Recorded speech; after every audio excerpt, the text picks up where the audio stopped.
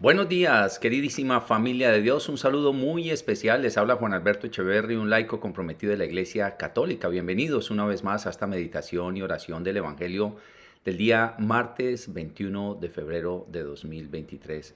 Pues hoy transmitiendo desde otro lugar, les damos gracias por estar presentes en este ambiente, en este momento y como siempre una cordial bienvenida para aquellos que se vinculan por primera vez al canal. Hoy la palabra de Dios está preciosa, especialmente para aquellos discípulos, seguidores y servidores de nuestro Señor Jesucristo. Va a estar bellísima la palabra. Así es de que, pues bienvenidos. Vamos como siempre a orar, a pedir la inspiración del Espíritu Santo en el nombre del Padre, del Hijo y del Espíritu Santo. Amén. Dios Padre de amor, de bondad, de misericordia, queremos darte gracias por este nuevo día que nos has regalado. Hoy amanecimos con vida, Señor, y eso ya es un regalo maravilloso. ¿Por qué? Porque nos estás dando la oportunidad, Señor, de regresar a ti, de buscarte, de reparar nuestro pecado. ¿Qué tal que no hubiéramos amanecido y quizá hayamos muerto en pecado mortal? Pues hoy tenemos la esperanza, tenemos también la oportunidad de acercarnos de nuevo a ti, de buscar la gracia, el camino de la reconciliación y de emprender nuestra vida cotidiana. Gracias por todos los bienes materiales que nos das, por el descanso, por la casa. Gracias, Señor, porque tenemos todo para vivir. Tenemos un refrigerador, una cama donde descansar. Gracias porque tenemos familia, amigos, porque tenemos iglesia, fe, palabra, porque tenemos la Eucaristía. Gracias por todas las cosas que tú derramas sobre nosotros, mi amado Jesús. Y queremos hoy también, una vez más, clamar la unción de tu Santo Espíritu. Ven, Espíritu Santo de Dios, ven, Paráclito, ven, oh dulce huésped del alma, ven, oh divino Consolador, llénanos de tu presencia en este día. Ven y visítanos con tu luz maravillosa, enciende en nosotros ese fuego del amor. Ven y regálanos el don del discernimiento y de la sabiduría para saber comprender esta palabra que hoy vamos a proclamar. Ven, Santo Espíritu de Dios, y llénanos de ti. Ven y quédate a morar en nuestra casa, en nuestros corazones, con nuestros hijos, con nuestra familia. Ven, Santo Espíritu de Dios, y llénanos de tu presencia. Todo esto lo pedimos, Padre, en el nombre de Jesús y por la intercesión de la Santísima Virgen María. Amén y amén.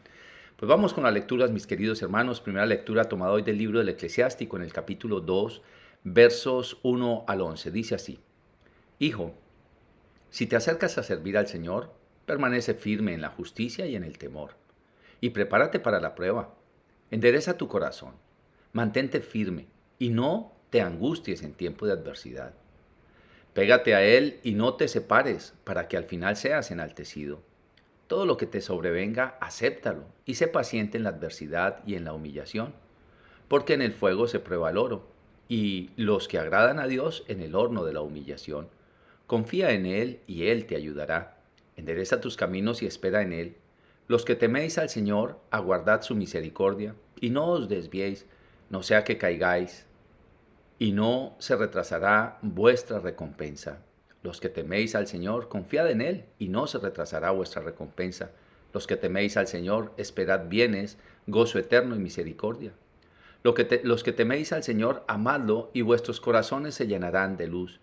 Fijaos en las generaciones antiguas, y ved quién confió en el Señor y quedó defraudado. ¿O quién perseveró en su temor y fue abandonado? ¿O quién lo invocó y fue desatendido? Porque el Señor es compasivo y misericordioso, perdona los pecados y salva en tiempo de desgracia, y protege a aquellos que lo buscan sinceramente. Palabra de Dios, te alabamos, Señor.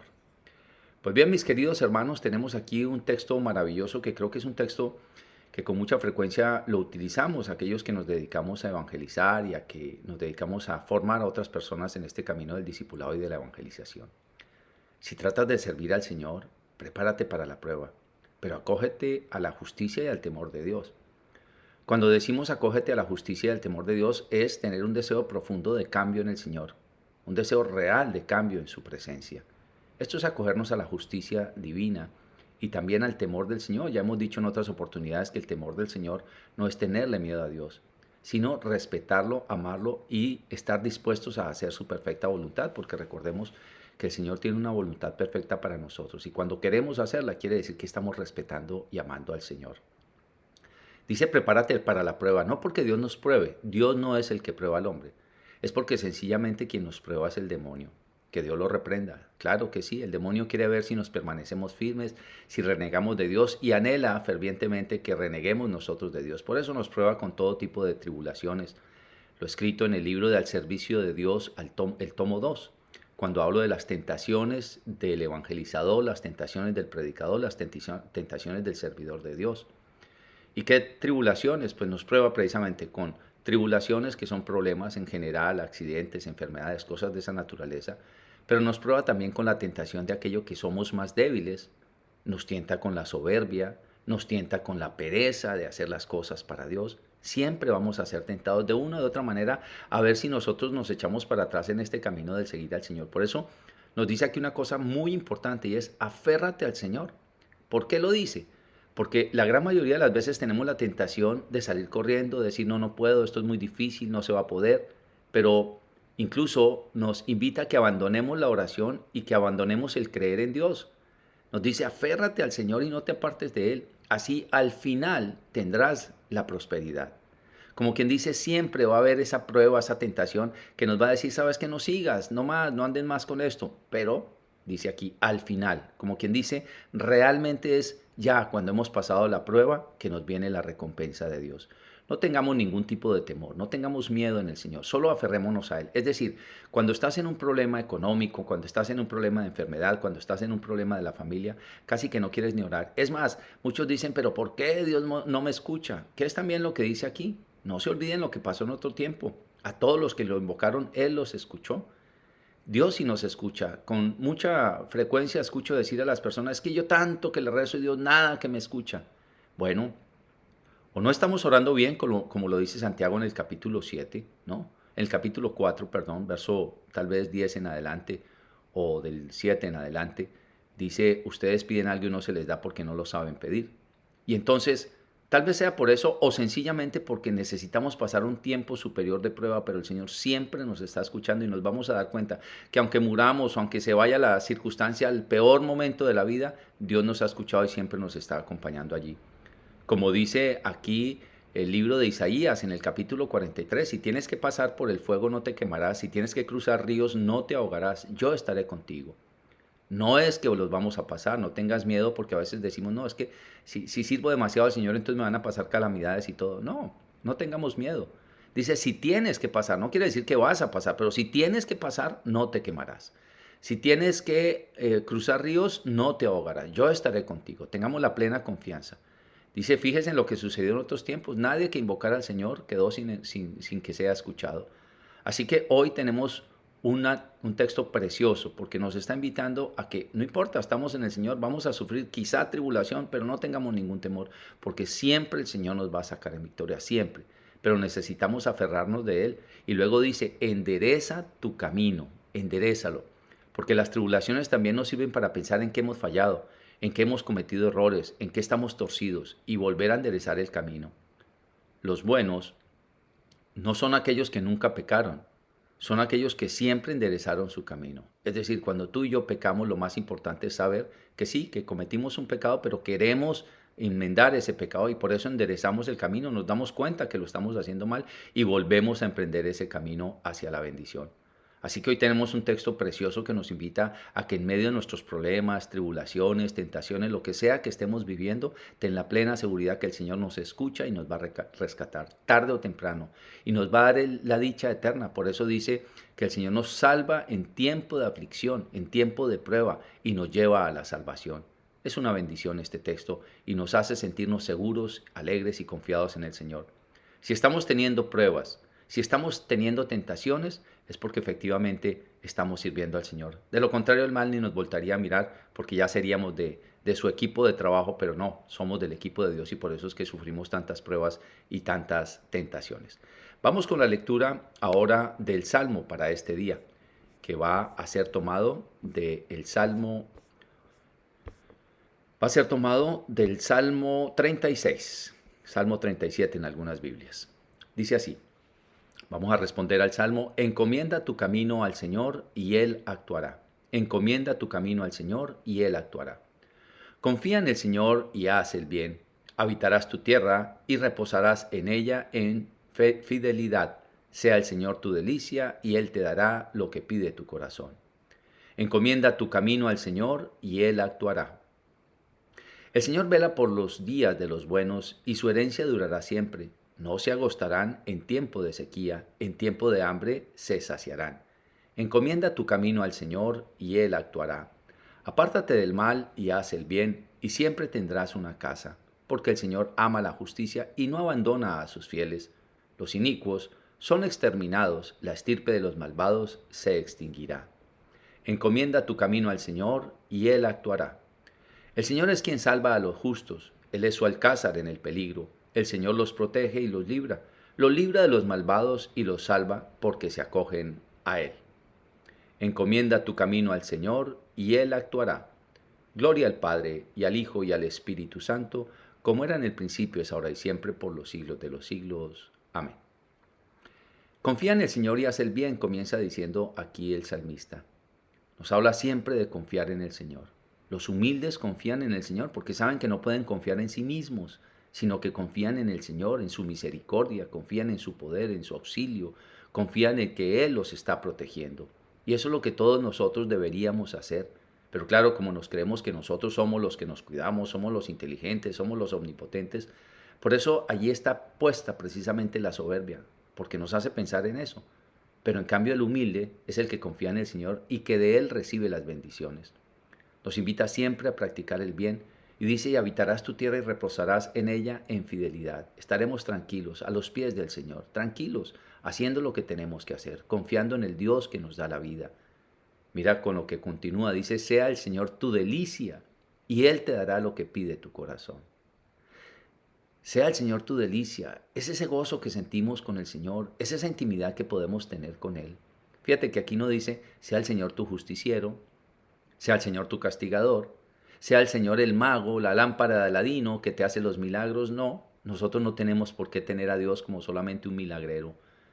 El Señor tiene que ser nuestra delicia. ¿Y qué es nuestra delicia? Con aquella persona que queremos estar todo el tiempo, con la que hablamos, en la que confiamos, en la que no tenemos miedo que se llene de ira, que nos golpee, que nos maltrate, que nos castigue. No.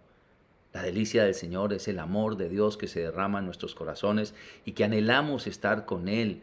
Así se teje una amistad de amor, pasando con Él a solas mucho tiempo, conversando con Él, conociéndonos con Él.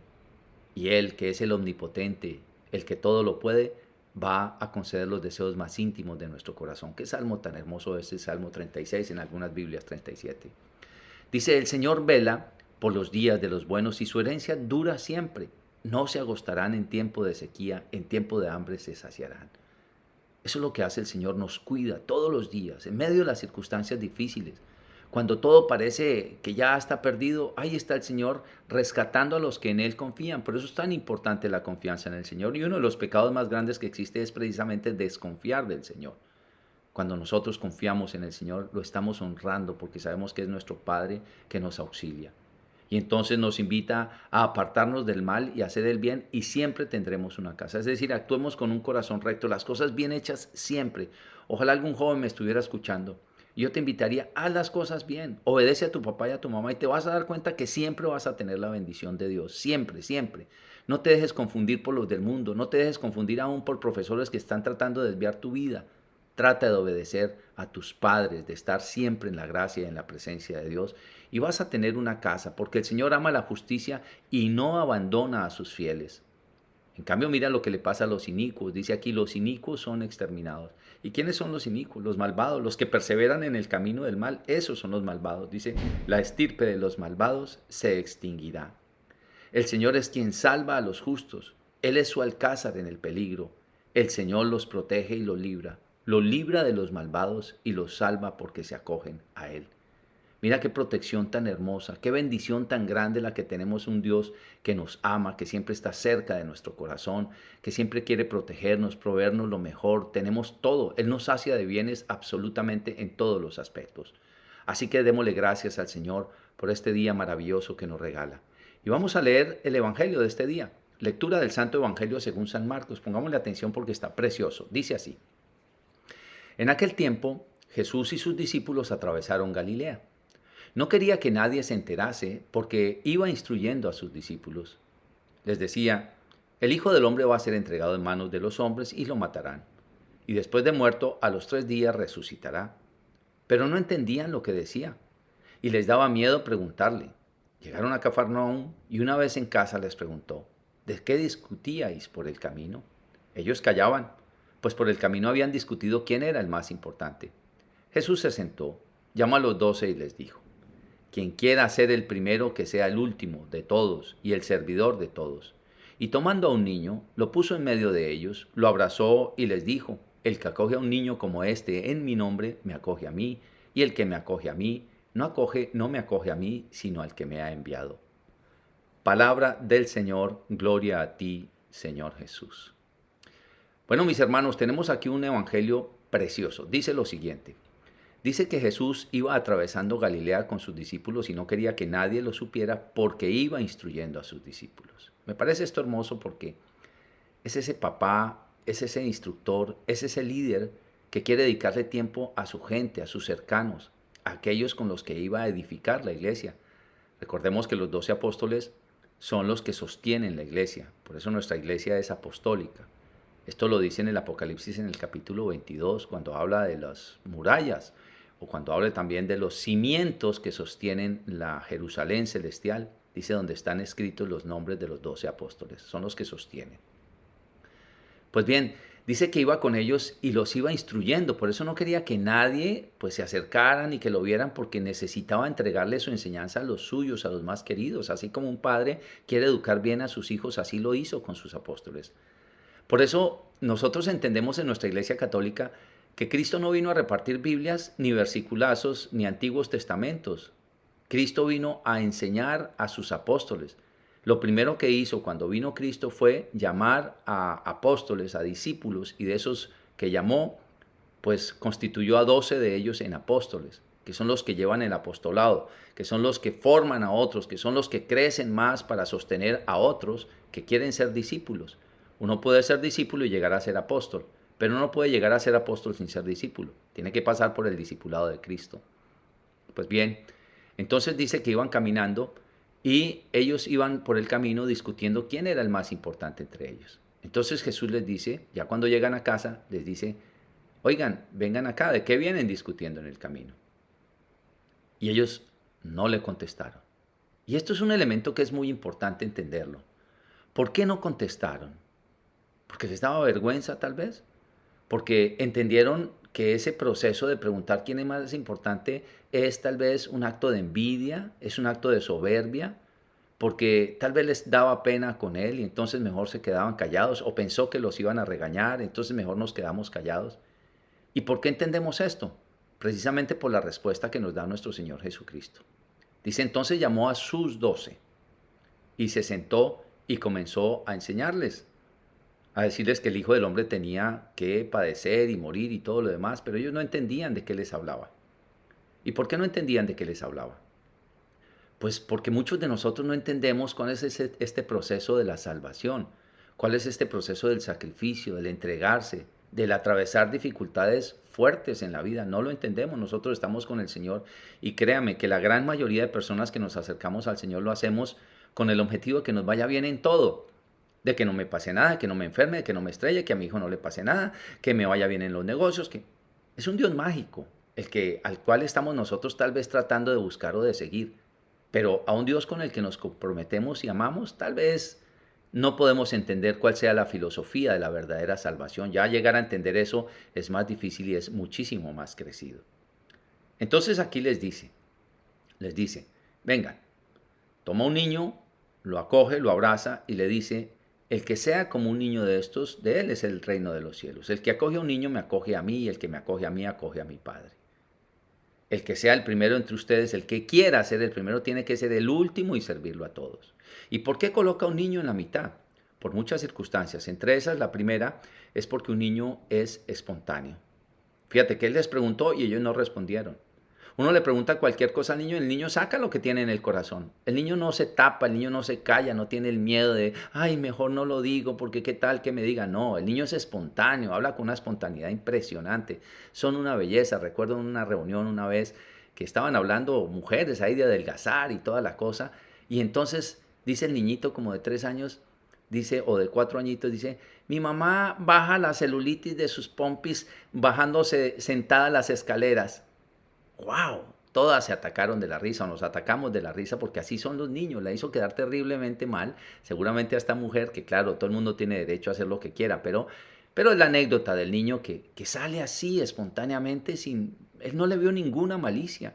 Entonces, por un lado, los niños son espontáneos. No tienen malicia ni conversaciones de doble sentido como tenemos los adultos. No tienen el corazón dañado y torcido. No están llenos de rencor ni de resentimientos. Los niños son puros. La mirada de un niño es inocente, absolutamente transparente.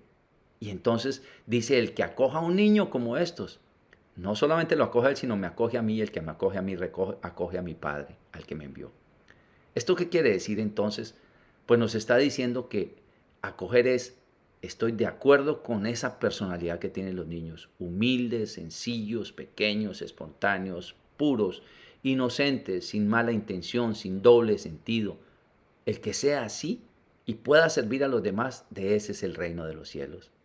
Es decir, nos está hablando de la supremacía de ser jefe en la espiritualidad del equipo de trabajadores de Jesucristo, y esa supremacía se llama humildad como la de un niño. Pero qué difícil es para nosotros entender esto. Es muy difícil porque a veces queremos tener puestos y queremos ganar. Y seamos muy sinceros, en esto de la espiritualidad existe mucho de esto. Hay personas que a ver quién es el que tiene más seguidores, quién es el que hace el milagro más grande, a ver quién es el que sabe más, el que se sabe más la Biblia, el que hace la circunstancia más grande en la evangelización, el que reunió más. Hermano, es que yo le he predicado a 70,000 en un estadio. Puras tonterías. Somos tan vanidosos. Nos falta tanta humildad a todos nosotros. Quizá el primero sea yo, que es el que tiene los oídos más cerca a su boca. Pues que el Señor nos bendiga y nos cuide de ser adultos, y más bien nos invite, o más bien nos deje ser niños en su presencia, para que sea de nosotros ese reino de los cielos. Dios Padre de amor, queremos darte gracias por cada una de las personas que está aquí presentes. Gracias porque nos has invitado. Sabemos que tenemos debilidades, dificultades y pecados, pero ahí estás para levantarnos y echarnos la mano, Señor. Todo esto, Padre, te lo pedimos en el nombre de Jesús y por la intercesión de la Santísima Virgen María. Amén y amén. Mis queridos hermanos, si creen que este video les sirve, los invito a que lo compartan con otros y también a que se suscriban al canal. Ahí arribita activan la campanita de las notificaciones para que les llegue la notificación cuando voy subiendo los videos. Dios los bendiga y si Dios quiere nos vemos mañana en un nuevo video. Chao, chao.